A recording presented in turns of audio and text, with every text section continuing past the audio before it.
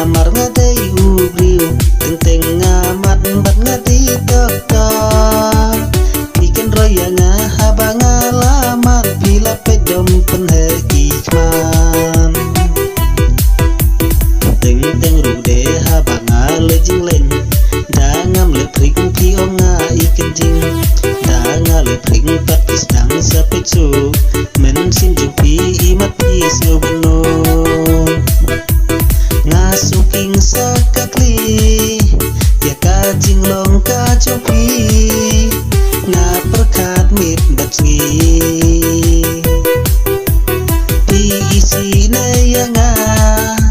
kata karai ru omde ngasuleng ngo marwe ngasuleng ngo marwe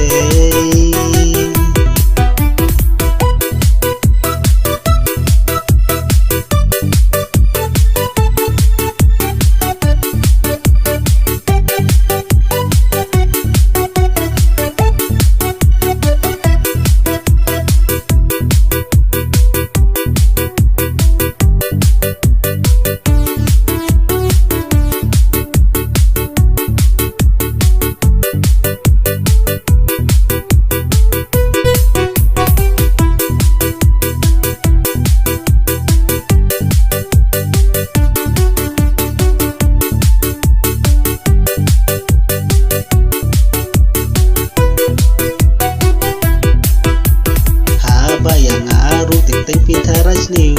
tang baya pisi siangam kwa aban ya teu mas dem ya pidang ya teu persa ngam don cureng kat bapi hasenda